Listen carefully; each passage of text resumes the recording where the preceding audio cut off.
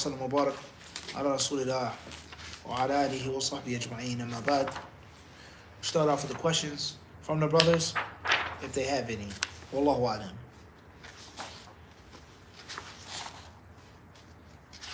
And if not, then from online. Fadl Hamza.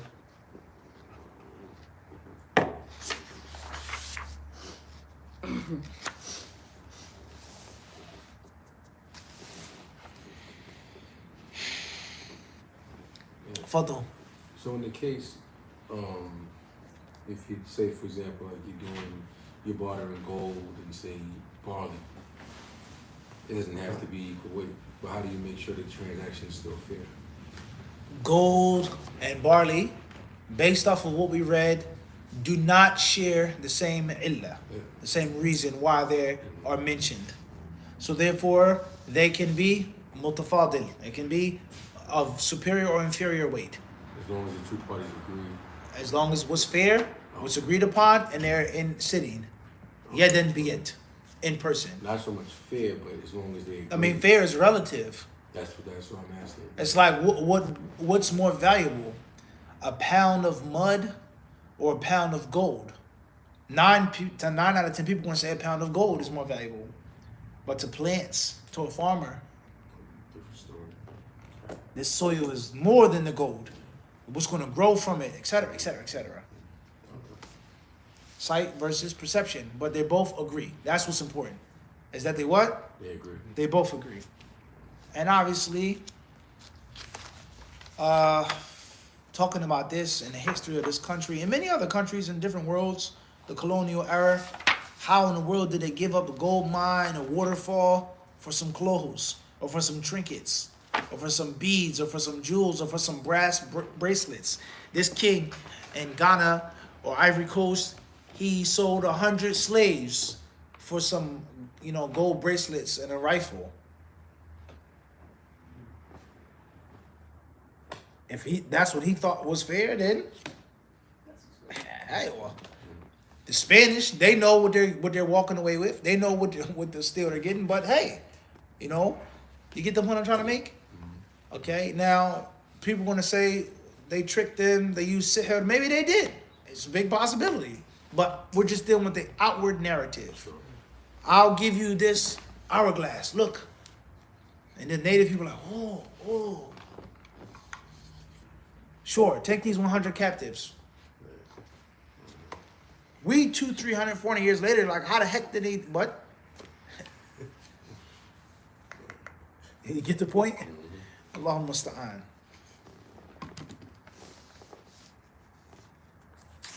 Fadon.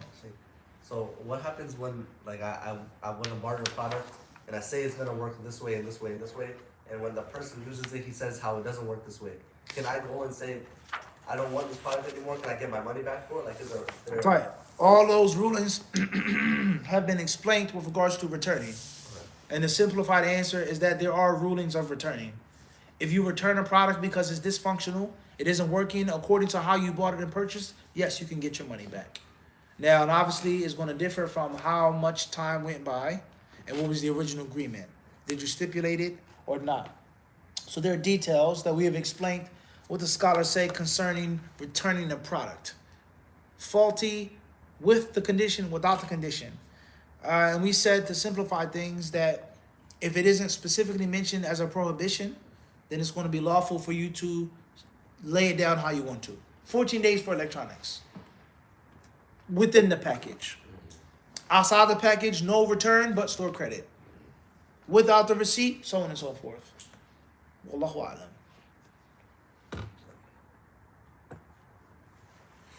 طيب.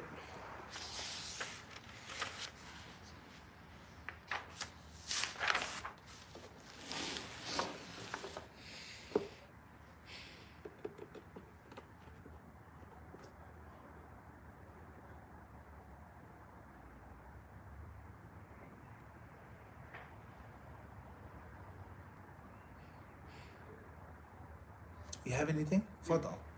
A. Valentine's friends. What are the advices to maximize the barakah in your money?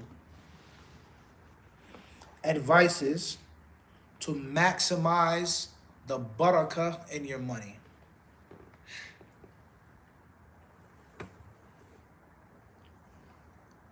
Of course, an abundance of dua. Dua is the key to all good, first and foremost. Secondly, you ask Allah to bless your wealth, which is pleasing to Him. It's disrespectful for you to ask Allah to bless something that you know displeases Him and angers Him. So make sure that you have the lawful wealth, pure wealth. Thirdly, try your best to make sure that your income is based off of fairness. And fairness that you yourself would accept. You know that this hourglass isn't worth such and such. You know that these beads or trinkets isn't worth this waterfall. You know that. And then you know that you're tricking him and that you got you know that's not okay. You would never ever accept that. So try to be, ethical and fair. Even if the other party says it's okay. It's still dhulm, it's still exploitation. Right? Of course, an abundance of sadaqah. Make sure you pay zakat on time. Make sure you pay extra zakat. If your zakat is 500, you give 600, 550. And give an abundance of sadaqah. Even if it's $1 a day, $5, to give a lot of sadaqah. Right? And of course, you being generous with the wealth. And Allah will be generous to you. And you're not counting the decimals, the digits, the figures. Bismillah, let it go. And you'll be shocked how quick it will come to you. And how good Allah will allow you to feel when you have that free spirit. That's the similitude of the brave man, how good he feels on the battlefield. He's free. And the coward is what? He's trapped in a prison, fearing death, paranoid. And only the people who have that can realize what it tastes like to be free and not to be stuck. Right? And it feels good. It's satisfying when you give money for the cause of Allah and you're not worried about it. You know that, it's nothing to worry about. It's deep. It's a deep concept. We ask Allah for that. Wallahu alam. Assalamu alaikum, ya Sheikh. AD Yonkers, and why does a traveler have a right to stay at your house even if you dislike them? Does a traveler have the right to stay at your house even if you dislike him? The general answer is yes. The traveler has a haqq in Islam. Some scholars hold the view that it is obligatory to entertain the guest. Some scholars say that was in the beginning of Islam when the Muslims were weak. They had to build up their numbers. But in general, if there's no one else that can look after him, no one that can entertain him, no one that can provide him for the basic things that he needs, and it happens to fall on you, and you can do it, it's not going to harm you, there you go. Wallahu alam. ANDC, what is your opinion on Muslims protesting for George Floyd? And what is the ruling on protesting just in general? Barakallah fikum, ya Sheikh. Well, fikum barakallah, we have explained our humble opinion on protesting many times before, many years ago. You can go back to those videos, whether it's for George Floyd or anyone else. Wallahu alam. Toronto, Ontario, how do you wipe the bed before sleep? Is there a specific way? Is there a specific way for wiping the bed for sleep? Inshallah ta'ala, no matter how you do it, will be sufficient. The narration mentions with the end of one's izar, like this, but you may not be wearing an izar. You got on basketball shorts, do-rag, right? Or, your pajamas, whatever you wear, whatever type of slippers you got on your feet, bear slippers, oh, alam, how you're sleepy, your nighttime rituals, right? You get the point I'm trying to make. So you make sure that you brush out the bed. Wallahu alam. IE from Windsor, Canada, or Ontario, Canada. What advice do you have for a new husband who wants to spend most of his time taking knowledge and his new wife wants much more time together? What advice for a newlywed, a brother who wants to spend most of his time seeking knowledge and his wife wants him to spend most of his time with her? I think that it's too late. My advice is going to be of no use. It's done. The damage is done. You married a woman, Allahu alam, if you did or you didn't, but it seems as if you married a woman and that you weren't fully honest with the woman. You told her, she asked you, do you have another wife? You said no. Do you accept the fact that I don't accept polygamy? I'll put in a contract. You can never ever take on another wife. You said yes. You got married, and then all of a sudden she discovers that you have another wife. And this wife is, subhanAllah, words cannot explain how beautiful she is. She's gorgeous, drop dead gorgeous, from top to toe. Everything about her is flawless. Her scent, her touch, her smell, her voice is unforgettable. And no one can come close to the beauty of this woman. And that is knowledge.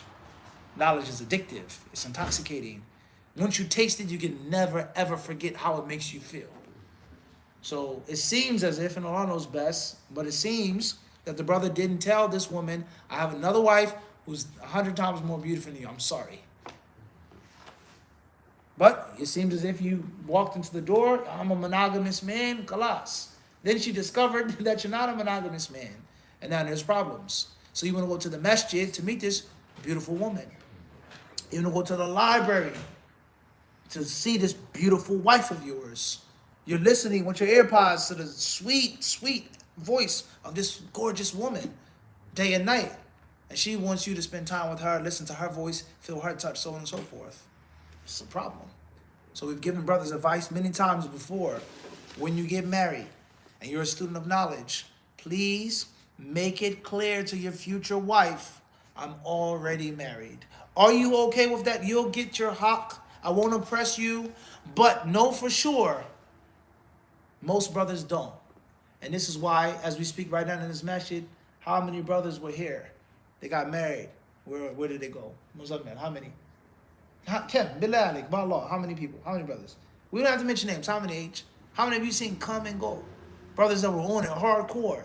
They get married and they disappear, vanish, literally.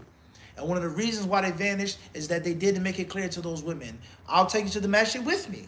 We can watch the live stream together. We can take notes together. We'll go to Medina together. But do not try to come between me and knowledge.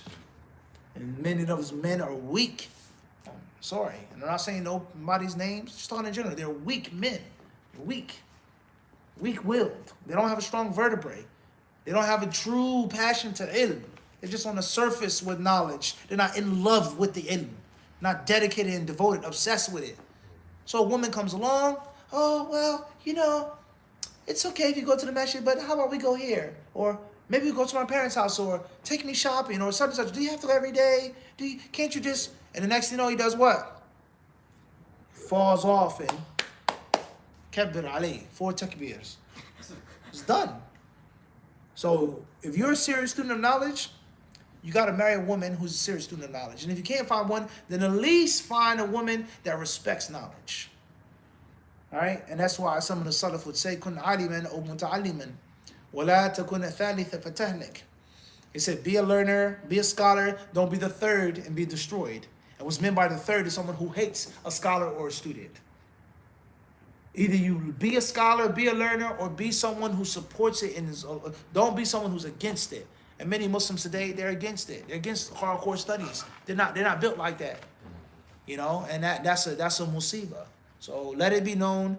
I can stand in front of Allah, hopefully on the day of judgment, with at least this answer, inshallah. Other things, I can't say that. Allah asked me this and that, but hopefully with this, that I have conveyed the message. If you want to go overseas, you want to be a serious student of knowledge, that's the first thing that has to come up in the sit down. Number one. Do you have a problem going overseas? Do you have a problem with going to the masjid every day? Do you have a problem with me studying? If Sheikh Mufti calls me at 12 a.m. to read Sahih Bukhari, are you going to get mad? Are you going to get jealous? If I'm talking to him more, we're talking about hadiths, are you going to feel some type of way?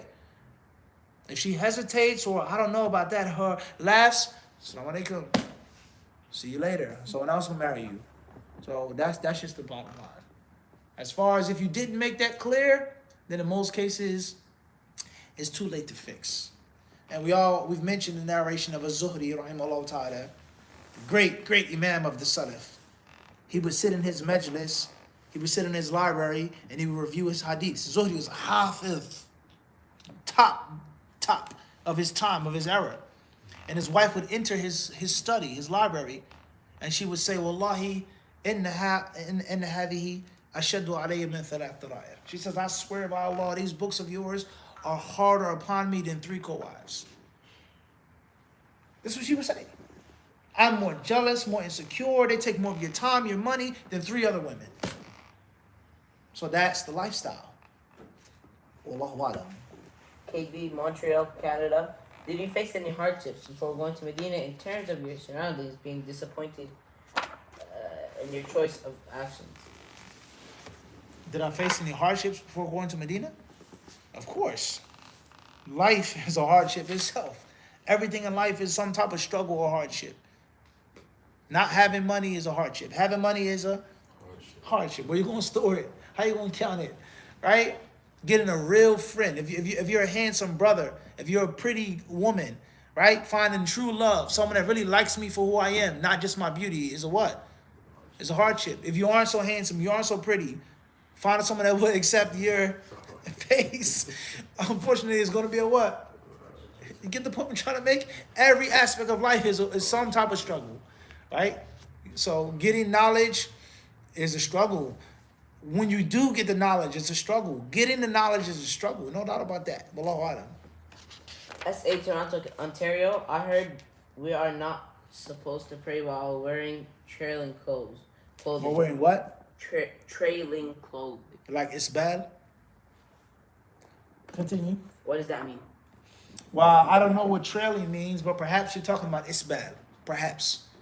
I don't know. But perhaps you're talking about the garment of a man being beneath his ankle, the ball of his ankle. If that's what you're talking about, then there are hadiths regarding that which aren't the most sound hadiths. With regards to a man who prays with isbal is like a menstruating woman, or a man who doesn't have wudu, or the Prophet told him to pray again. Those aren't the soundest hadiths. However, the Muslim is not to practice isbal, period. A man, you shouldn't be musbil before or after. And let's pause it for a brief second now. Let's look how backwards things are, how backwards things have become in the Muslim world today. The Prophet ﷺ says, grow the beard and trim the mustache. Many Muslim men, not all, but many do the what? Total opposite. Big mustache, green Gillette Barbasol type of face. Okay. The authentic hadiths prohibit isbal. Do not allow your izar to be beneath your ankles. Most Muslim men today do what? Total opposite. Practice isbal. Well, when they come in the masjid, what do you see them doing? So the hadith saying don't pray with isbal is weak. They implement that. But the hadith that say don't have isbal when you're out in the street, they what? And there are countless other examples, unfortunately, of how we have just inverted everything. It's very unfortunate. Muslim women, right? Sister who's older, and there's nothing wrong with being older, 50, 60. Beauty is in the eyes of the beholder. Age is nothing but a number. But we're just, sister, she's a little older. She's not as, as she was. That's when she starts wearing hijab. In most cultures. Is this not the case? The older women, you go to the masjid, whatever race it is, Guyanese, that's whatever it is. I guarantee most of the sisters in the masjid that are older want to have the best hijabs. And the younger ones, you get the point? That's also what? Flip. The opposite. Your beauty is faded. It's gone. You're in the prime of your beauty. Be naked. Be uncovered. You only live once. Oh, don't be so harsh. The mindset is messed up. Be righteous when you're older. When you're weaker, your bones can't move. But when you're young, enjoy yourself. Have fun. Enjoy life. And there are hundreds of other examples of how we have done what? We've done the exact opposite of what Allah and His Messenger wanted from us. And that's a musibah. And this is from the signs of the end of times, the last day. The Prophet ﷺ says for a slave girl to give birth to her master. Things to be what? Topsy-turvy. Allahumma musta'an. I went to Canada. Can you please speak about the value of the sword? Allahu Akbar. Speak about the value of the sword. I think that would take up a lot of time. And that would include, or that would necessitate an entire lecture. However, the value of the sword in general, I think that the sword is valuable from its symbolism and from its actual, practical, palpable use as a tool, as an instrument. So the symbol of the sword, of course, even to this very day, many Muslims, they have a problem with swords. Oh, that means you're going to fight and kill people. You're a terrorist. You're fighting. You're a jihad, etc., etc., etc. The United States of America, and I'm sure Canada too, what do the Marines? What symbol do the Marines have? The U.S. Marines. Do they have a rifle, a cannon, a tank, a helicopter? What is their symbol? It's a what? You guys don't know the answer? It's a what? It's a sword. Our country. The person is initiated into the Marines holding a what? A sword. Let alone it being a sword coming from the lands of the Muslims. But that's another discussion. Why the U.S. Marines use the Mamluk sword. That's interesting in itself. Right? Their sword to this day is not a European sword. It's not an American sword. It's not a sword of George Washington. It is a Arab, Turkish, overseas, North African type of sword. Mediterranean sword, a Mamluk sword. What's important is that people don't fight with swords like that nowadays. But the Marines still think it appropriate to use their symbol as the what? Sword. The commander is the only one with the sword. Not the other troops, not the other soldiers, but just the commander. So the sword is symbolic. It represents many things, right? Just seeing the sword makes you think and feel a certain way. That's a fact. And as far as the usefulness of the sword, then it's the extension of one's arm. It allows you to make contact with your enemy or opponent from a distance. It allows you to parry or to block your enemy trying to touch you from a distance. Swords, certain swords allow you to slash and cut, allow you to thrust, right? Or you can hit someone with the pommel of the sword, the butt of the sword, right? There are many different uses of the sword, right? And there's no reason why the sword became so famous and so iconic in so many different cultures and religions and races. But at the end of the day, we don't over-romanticize things and sensationalize things. There are other weapons besides the sword which are just as useful. And the Prophet ﷺ says, وَجُعِلَ رِزْقِي تَحْتَ ظِلِّ رُمْحِي. My sustenance has been placed beneath the shade of my spear. So it's not just the sword, right? Wallahu ta'ala alam. Assalamu alaikum wa rahmatullahi wa barakatuh. Mufti KF Minneapolis. MN, can I fast like Maryam alayhi salam to make a miracle happen? I.e. abstaining from taking and food. Barakallahu feekum, jazakumullah khair. Wa yakum. No. Fasting from speech is an innovation. It cannot be done. It's prohibited. Period. And if you are going to fast from food and drink, then the most that you can do is the fast of Dawood alayhi salatu wasalam every other day. Wallahu alam. AS London UK. Assalamu alaikum wa rahmatullahi wa barakatuh. Mufti, is it halal to be an employee of a company which sells alcohol as their primary business? Does it count as necessitate if you are behind on rent and debt, even if you are working in something like marketing for that company? Understood. Well, the Muslim shouldn't work for a company that sells alcohol, especially as a primary product, the main thing that they sell. No. La, abadan. As far as if you happen to work at a place that has alcohol, such as a market, but it isn't the main thing, nor are you directly touching and involving yourself with alcohol, then there may be more room in that. There may be what? More room in that. I work at a restaurant that happens to sell alcoholic drinks versus I work at a bar, an Irish pub, in which the main thing, 9 out of 10 people are coming here for the fish and chips, for the onion rings, for the fritters. They come here for the what? It's a pub. So there's a difference with regards to this and that. As far as if it's a necessity, then a necessity has its rulings in Islam. Wallahu alam. MQ Chicago IL. When I get a shirt order, I go on a website and I design the shirt. They will print the shirt. How do I design it? And they will also ship it. Is this sale permissible? Assalamu alaikum. Barakallahu fikum. Inshallah, it's permissible. SA Toronto, Ontario. How do we make nabith? What are things to look out for? How do we make? Nabith.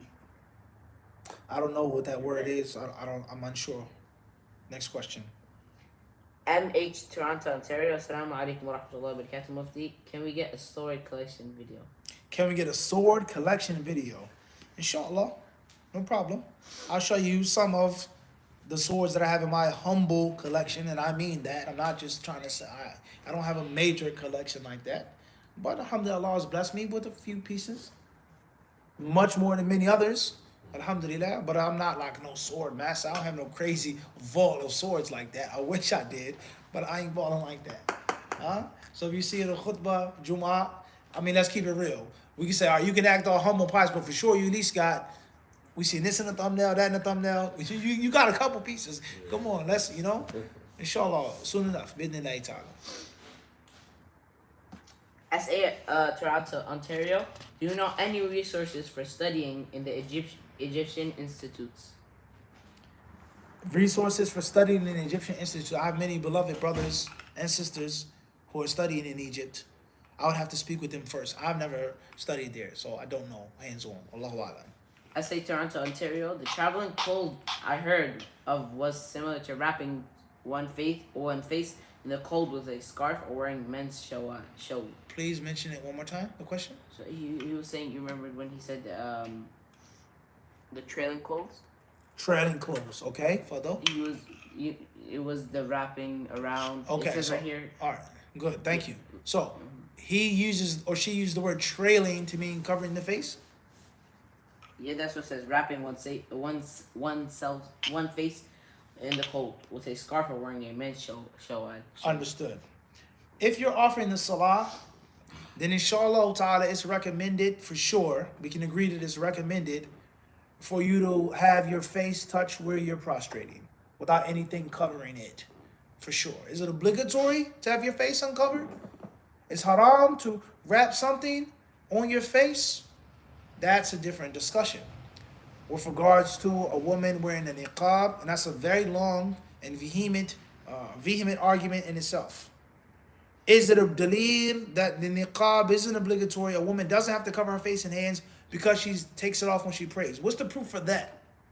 What's the dalil from Quran and Sunnah stating that it's obligatory for her to uncover her face and hands when she makes salah?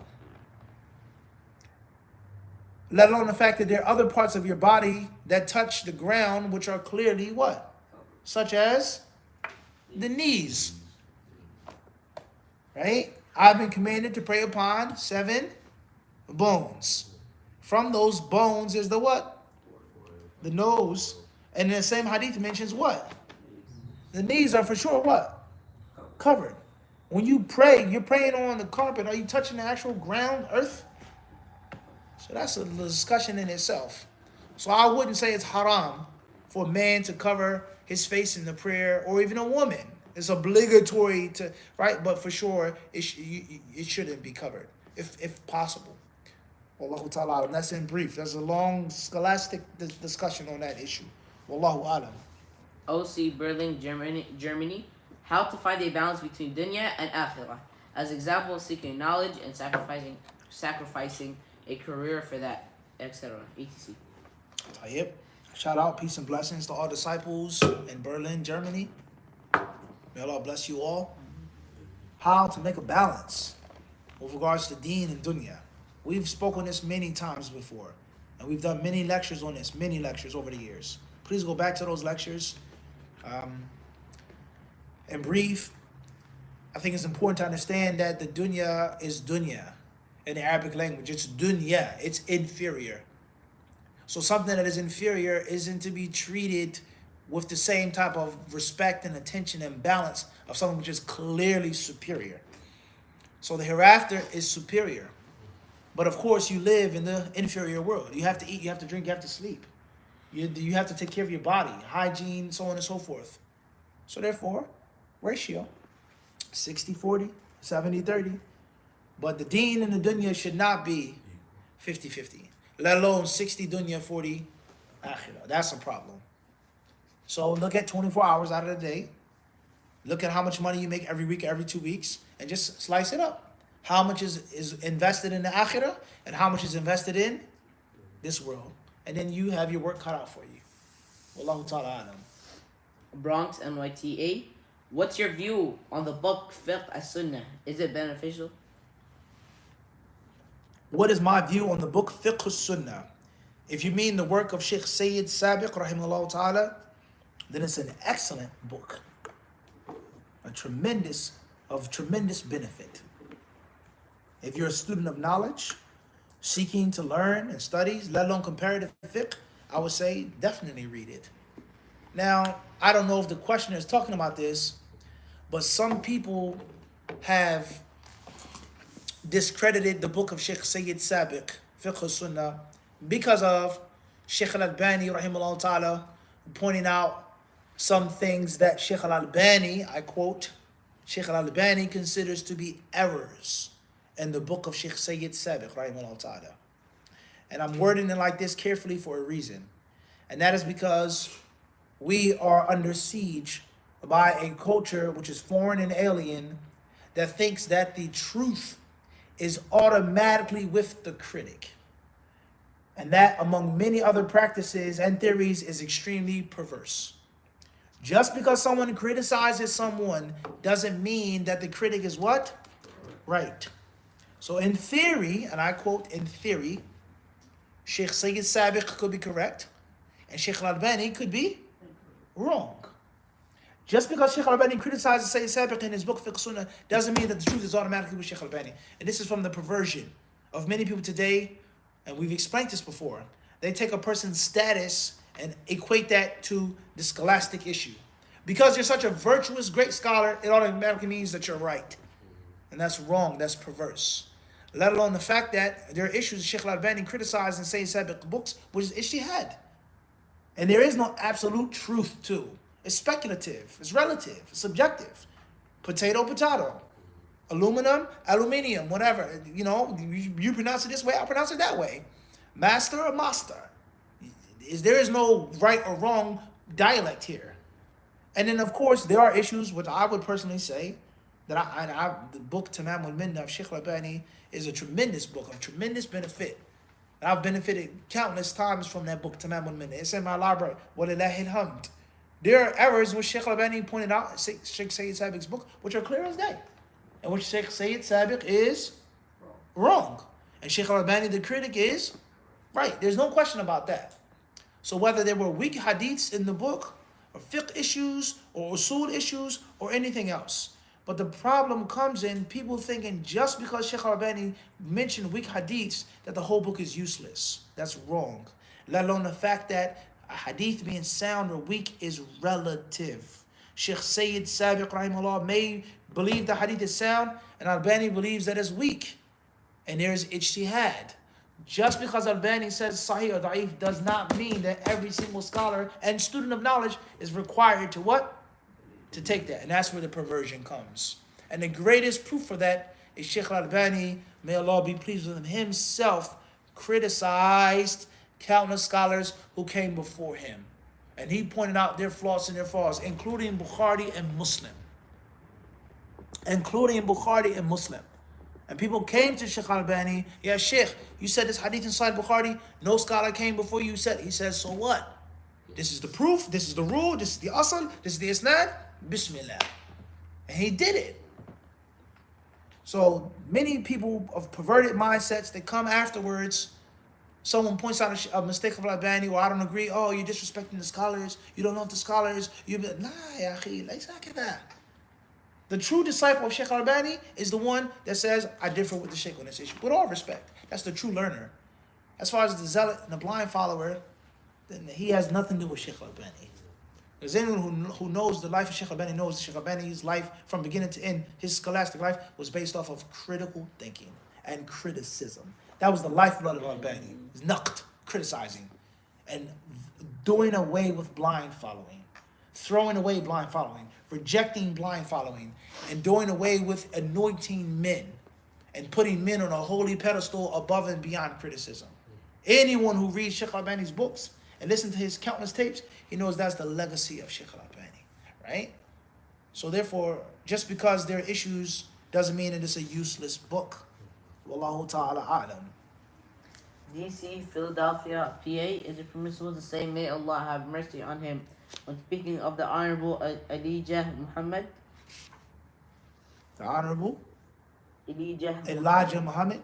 Elijah Muhammad. Right. We don't allow questions pertaining to individuals or personalities in the live stream. That's our rule.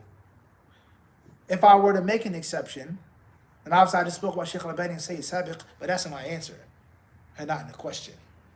Understand the difference? Someone said, well, you're being hypocritical. Didn't you? That's in my answer and that's not in what? Question. Hey, so there's a difference. As far as speaking on the Honorable Elijah Muhammad and so on and so forth, is it lawful to say, may Allah be pleased with him? If you consider Elijah Muhammad to be a disbeliever and a heretical infidel, then of course not. And if you honestly believe in your heart that he was a Muslim, along with different problems and issues that were clear, but he had an excuse and he actually was a Muslim, then you make dua for him. It's just that what? It's literally that simple. If he's a kafir, tayyib, khalas. Nothing to discuss. You can't ask for mercy for a kafir, let alone the head of kufr calling people to kufr. But if you don't feel that way, and there is some doubt, and maybe, Allah Alam, perhaps, was there an excuse? That is a discussion in itself. Then if he is in the fold of Islam, no matter what he said or did, you are allowed to make dua for them. Now, and of course, there's a very long discussion concerning Elijah Muhammad, concerning the Nation of Islam, the Fruit of Islam, Louis Farrakhan, the minister. There's a long discussion. But the reason why I'm talking about it, once again, is the perversion of people's mindsets. As a person will say these people are kuffar, but if they see them on the street, they won't call them a kafir to their face. Or they're kuffar, they're heretical. How many books are available on them? Right now, if I asked you right now, Harun, your dawah organization, your clique, your group, your gang, how many reputations do you have on your website against the Nation of Islam? How many? How many articles and books, how many scholars from overseas, if you get calling them kuffar, they're kafirs, they're mushrikun. Do you have any reputations on them? If these people, they aren't the only ones, but for sure we can agree historically, played a pivotal role in the foundations of Islam and dawah in this country. If you haven't dealt with that problem and clarified their kufr and their shirk and their heretical views, then what the heck have you dealt with? And why haven't you dealt with it? You see the point I'm trying to get in? We can agree on this or not. It's a big issue now. Islam in America, you can't talk about Islam in America with any dawah movement. Jama'at Tabligh, Salafiyya, dawah. You can't talk about no dawah movement without discussing the what? This is a fact. So why haven't you criticized them? But this brother who graduated from Medina, you have how many articles on him? This scholar who 9 out of 10 people in America wouldn't know who he was if they walked past him. How many refutations do you have on him? You guys get the point I'm trying to make? That's extremely perverted. And that is that movement. Deal with this and avoid that.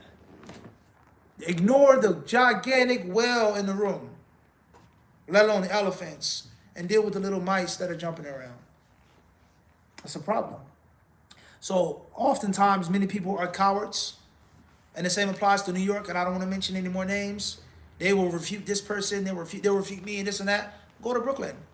Need I say his name? Imam such and such. You refuted him yet? He's a deviant according to you and your principles. Have you spoken about him? Have you talked about him? Have you warned against him? Have you declared him an innovator? No, you haven't. But the one who's closest to you, similar to you, who's teaching the correct stuff, is a what? Is an innovator. You get the point? And that is exactly what has happened. So if you consider him to be a kafir, let it be known, let it be what?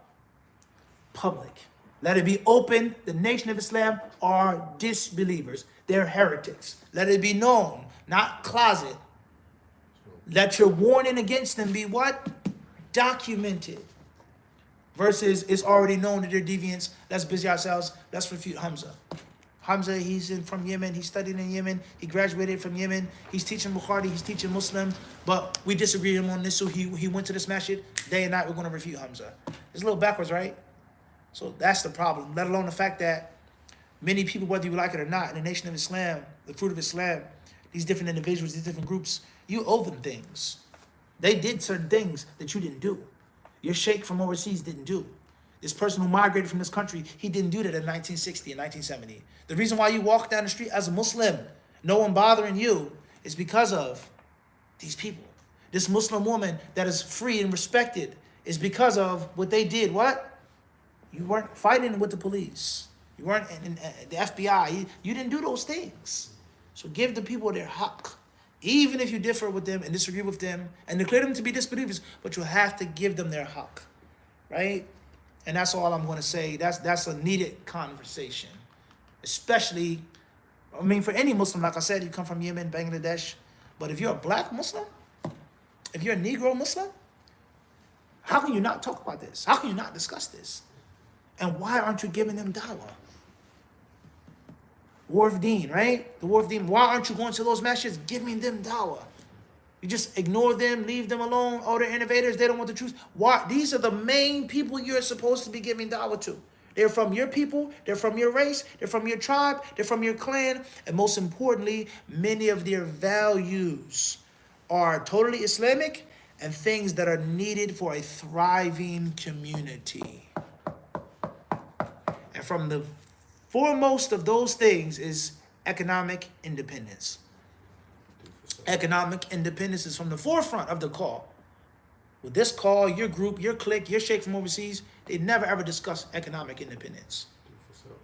At the same time, this is haram to work here. You can't shake a woman's hand. This is impermissible. This is against our culture. How the heck is a Muslim supposed to live if you don't if you don't establish economic independence? You get the point I'm trying to make? So there are many things that we have forgotten about and neglected that they were calling to in the 60s and the 70s that are from the Kitab and Sunnah, and they make sense with the Kitab and the Sunnah. If you go in a Jewish neighborhood in Brooklyn, what are you going to see in that neighborhood? You're going to see an abundance of what? Jewish people, Jewish businesses, walking down the street with these children, driving this minivan, a woman wearing a wig on her head or a scarf. It doesn't stand out because she's surrounded by what? They can do their business how they want to because of what? But our dawah calls, we don't talk about business. We don't talk about economic independence. We don't talk about living within communities, buying houses, buying property, living in one. We don't talk about that stuff. That's the point I'm trying to make. Wallahu ta'ala alam. EB, Dublin, Ireland. Assalamu alaikum wa rahmatullahi wa barakatuh. Mufti. Have you tried Irish tea brands like Lions or Berries? Jazakallah khair for your effort. Barakallahu fikum. May Allah bless you and bless all disciples of Hadith in Ireland. Allahumma ameen. I've had a few brands of tea from Ireland. And Irish tea, of course, Ireland is one of the top tea consumers in the world. I believe they're in the top 5, if I'm not mistaken. I think they're behind Turkey and Iran. Top 3 or top 5 consumption of tea in the world. So there's a rich history of tea in Ireland. That's a fact. Tea that's made there, Irish type of flavor, let alone Irish brands. I haven't tried all of the brands that you mentioned in the question. I would like to. Perhaps if I travel to Ireland one day, I would try them out or maybe get them here in the United States. FYI, Irish breakfast is one of my favorite flavors of tea. Wallahu ta'ala alam. AM Baltimore. I love أصحاب المعاني في دار الثواني. You for the sake of Allah, Shaykhana, may Allah increase you in beneficial knowledge. Jazakallah khairan. May Allah bless you. May you be among those who are close to Allah. Assalamu alaikum wa rahmatullahi wa barakatuh. Sheikh, Cairo, Egypt Book Fair in Egypt opened yesterday. What books would you recommend to buy, Sheikh? What books would I recommend to buy in the book fair? Well, of course, I'm a little jealous. And I'm a little sad that I couldn't make it to the book fair this year. I procrastinated and hesitated. I said I was going to go. A few of my friends invited me to go, especially Imam Abu Muslima in East Orange, may Allah bless him, and some other brothers as well. Abdul Raqib, many different, friends have said, Sheikh, what are you waiting for? Come over to the book fair. It's like nothing you've ever seen before. At the end of the day, hopefully next year, inshallah, I can go. Maybe we can go together. As far as what books would I recommend for you to buy, that depends on what you're doing in Egypt. And it depends on how much money you have, how much space you have. If you have the money and the space, buy everything. It's that simple. But if you have limited space, limited money, or limited level of studies or whatever, then you have to prioritize. And we've explained that in the way of the disciple with regards to how to build a library. We've explained that. Please go back to the way of the disciple on how to build a library. We've explained that in writing. As far as a brief answer now, if you're trying to, economize or whatever the case may be on space or money, then buy the main book in each subject, at least. Or buy the books that you need now and that you're going to need in the next few years. Or at least until the next book fair, inshallah. I know for sure, by Allah's permission, within the next 6 to 12 months, I'm going to be studying this material. Let me buy it. And let me buy the explanations of those books and the simplifications of those works. That's what I would say. Wallahu ta'ala alam. Los Angeles, CA. Assalamu alaikum wa rahmatullahi wa barakatuh. Sheikh Ahsanullah ilaykum. What is the definition of ijma'? Does it refer to consensus of all scholars or just the salaf? Are they different types of ijma'? Jazakallahu khairan. This will be our last question tonight. What is the definition of al-ijma'? What does it include? So on and so forth. That's a long discussion. And the proper place to have this discussion is in the study of Usul al-Fiqh. Usul al-Fiqh, the legal theory. And in the Usul al-Fiqh, in any book that you're studying, there's going to be Bab al-Ijma', the chapter of Ijma'. And obviously al-Ijma' linguistically in Arabic, ittifaq, consensus, agreement, so on and so forth. The simplified understanding of Ijma', it is the mujtahids, not the blind followers, but the mujtahid, the independent scholars of a time unanimously coming to agree on a ruling. Now, there are different gives and takes from this. Does everyone have to agree, or only the scholars, or every single Muslim? Only the mujtahids, etc. Or is it only the ijma' of the salaf? It's a long discussion. There are some issues, I would say, in which what's important is the ijma' of the salaf, nothing else. Some issues. It doesn't matter what they came and said in the 3rd or the 4th century. That's rubbish. Because the salaf already came and agreed on what this means. These attributes of Allah subhanahu wa ta'ala. Everyone understand this? Or a fiqh issue. The scholars, even after the time of the salaf, they agreed that the beard cannot be shaven. Can't be shaved. You cannot shave the beard. Then someone comes along 500 years or 300 years later and says it's only recommended. And that's from the issues of ijma'. La yajuzu kharq al-ijma'. You cannot infringe upon ijma' that has already been established. And of course, from these issues is people claiming ijma'. The scholars agree, the scholars agree, the scholars agree. Everyone says that, right? Everyone says the scholars agree, the scholars agree. How in the world can the scholars agree on 3 different contrast views? Somebody's lying or exaggerating. And that is exactly what has happened in the Muslim Ummah. The Shafi'is say, everybody agrees. The Hanafis say, everybody agrees. All 4 Imams agree. And that's kadhib. All right? So you have to be careful in quoting ijma'. And if you mean ijma' of a certain scholar or group of scholars or a place or this, then say that. But to broad brush the term ijma' and there's actual khilaf, that's a huge problem.